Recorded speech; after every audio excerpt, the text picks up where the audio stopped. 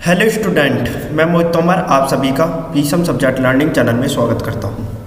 दोस्तों, आज की इस वीडियो का जो हमारा टॉपिक है वह है स्थिर वैद्युत बल। तो दोस्तों, आज की इस वीडियो में मैं आपको स्थिर वैद्युत बल के बारे में बताने वाला हूं कि स्थिर वैद्युत बल किसे कहते हैं। स्थिर वैद्युत बल का चित्र आप एग्जाम में किस तरीके से बनाएंगे, स्थिर वैद्युत बल की परिभाषा कैसे आप एग्जाम में लिखेंगे, स्थिर वैद्युत बल का सूत्र क्या होता है। तो दोस्तों, आज की इस वीडियो में मैं आपको ये सारी बातें बताने वाला हूँ, समझाने वाला हूँ और लिखवाने वाला हूँ। तो दोस्तों, वीडियो शुरू करने से पहले आप सभी से रिक्वेस्ट है, यदि आपने अभी तक हमारे YouTube channel Pisum subject learning को सब्सक्राइब नहीं किया है तो दोस्तों सब्सक्राइब कर दीजिए तथा उसके आगे की बेल आइकन भी प्रेस कर दीजिए, ताकि दोस्तों जब भी मैं नई वीडियो अपलोड करूँ उस वीडियो की नोटिफिकेशन आपको सबसे पहले मिल सके। तो शुरू करते हैं दोस्तों आज की इस वीडियो को।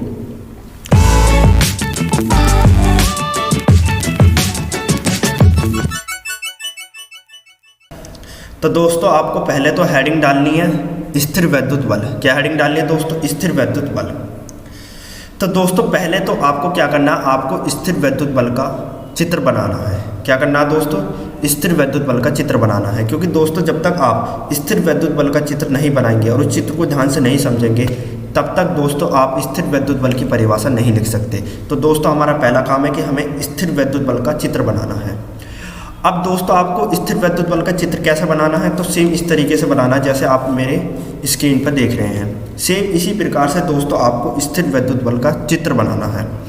और जब दोस्तों आप इस चित्र को बना लें उसके बाद दोस्तों आपको करना क्या है, आपको इस चित्र को ध्यान से समझना है, क्योंकि दोस्तों जब तक आप चित्र को ध्यान से नहीं समझेंगे तब तक दोस्तों आप स्थिर वैद्युत बल की परिभाषा नहीं लिख सकते, ना ही इसका सूत्र लिख सकते। तो दोस्तों, हमारा पहला काम है कि हमें इस चित्र को बनाना है, फिर इस चित्र को ध्यान से समझना है। तो दोस्तों, मान लीजिए मेरे पास दो आवेश हैं। क्या है? दो आवेश। एक आवेश Q1 है, एक आवेश Q2 है, और मैंने इन दोनों आवेशों को एक बिंदु A पर रखा है, एक बिंदु B पर रखा है। एक बिंदु ये है, एक बिंदु ये है। तो मैंने इस वाले बिंदु पर Q आवेश रखा है, Q1 आवेश, और इस वाले बिंदु पर Q2 आवेश रखा है। अब दोस्तों Q1 और Q2 के बीच में कोई बल कार्य कर रहा होगा। क्या कर रहा होगा? कोई बल कार्य कर रहा होगा। अब दोस्तों Q1 और Q2 के बीच में क्या कर रहा है? कोई बल कार्य कर रहा होगा। या तो वो बल आकर्षण का होगा या कोई वह बल प्रतिकर्षण का होगा। आकर्षण में क्या होता है? वस्तुएं आपस में पास आती हैं, और विकर्षण में क्या होता है? प्रतिकर्षण में क्या होता है कि वस्तुएं आप दूर जाती हैं। तो दोस्तों, तो Q1 और Q2 के मध्य कोई बल लग रहा होगा, या तो वह बल आकर्षण का होगा या वह बल प्रतिकर्षण का होगा, वो बात की बात है। तो दोस्तों, जब दो बिंदु आवेशों के बीच में कोई बल लगता है, Q1 और Q2 के बीच में यदि कोई बल कार्य कर रहा होगा तो उस बल को हम क्या कहेंगे? स्थिर वैद्युत बल कहेंगे। उसे क्या कहेंगे दोस्तों? स्थिर वैद्युत बल कहेंगे।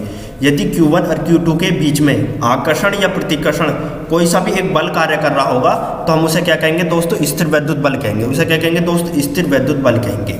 ठीक है दोस्तों? तो दोस्तों आपको समझ में आ गया होगा कि स्थिर वैद्युत बल किसे कहते हैं। फिर से मैं एक बार बता देता हूँ। दो आवेशों के बीच में लगने वाला बल या तो वो आकर्षण हो या वो प्रतिकर्षण हो, उस बल को हम क्या कहते हैं दोस्तों? स्थिर वैद्युत बल कहते हैं। तो Q1 और Q2 के बीच में कोई बल कार्य कर रहा होगा और उसी बल को हम क्या कहेंगे? स्थिर वैद्युत बल कहेंगे। तो दोस्तों आपको समझ में आ गया होगा कि स्थिर वैद्युत बल होता क्या है और किसे कहते हैं।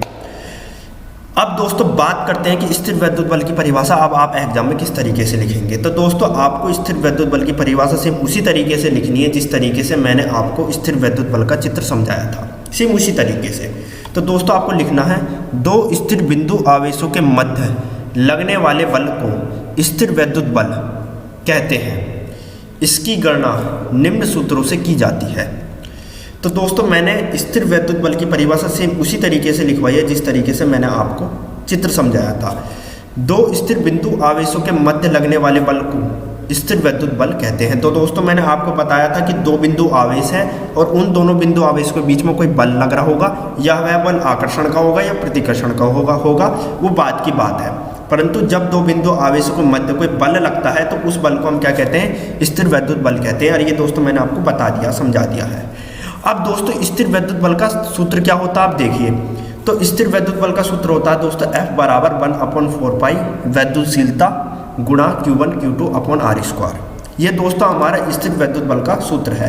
F बराबर 1/4 पाई वैद्युतशीलता गुणा Q1 Q2 upon are square. दोस्तों जहां Q1 और Q2 हैं, जहां Q1 और Q2 हैं तो दो बिंदु आवेशों की तीव्रता है, मतलब Q1 और Q2 को हम आवेश कहेंगे। Q1 हमारा पहला आवेश है, Q2 हमारा दूसरा आवेश है, और Q1 और Q2 जो आवेश हैं ये आवेशों की तीव्रता है।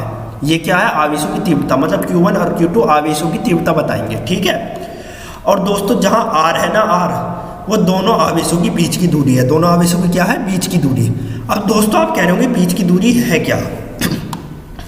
तो दोस्तों देखिए, ये हमारा Q1 और Q2 आवेश है, इन दोनों के मध्य कोई बल लग रहा है, ठीक है, और उसी बल को हम क्या कहते हैं? स्थिर वैद्युत बल कहते हैं। तो Q1 और Q2 के बीच में कोई तो दूरी होगी, तो वह दूरी को हम क्या कहेंगे? R कहेंगे। उस दूरी को हम R से निरूपित करेंगे। तो Q1 और Q2 की जो बीच की दूरी है उसे हम R कहेंगे। क्या कहेंगे? R। तो दोस्तों R क्या हमारी? दोनों आवेशों की बीच की दूरी है। और दोस्तों ये जो है ये हमारी माध्यम की विद्युतशीलता है, कि दोनों आवेशों में जो बल लग रहा है वो कौन से माध्यम में लग रहा है, तो उसकी जो विद्युतशीलता उसी को हम कहेंगे इसे, ठीक है ना। तो दोस्तों आपको समझ में आ गया होगा कि F बराबर 1/4 विद्युतशीलता गुणा Q1 Q2 upon are square. Q1 क्या है, Q2 का है, आर स्क्वायर क्या है। तो दोस्तों आपको ये सारी जानकारी पता चल गई होगी। तो दोस्तों सेम इसी तरीके से आपको स्थिर वैद्युत बल का चित्र बनाना है, परिभाषा लिखना है और इसका सूत्र लिखना है, सेम इसी तरीके से जिस तरीके से मैंने आपको समझाया है।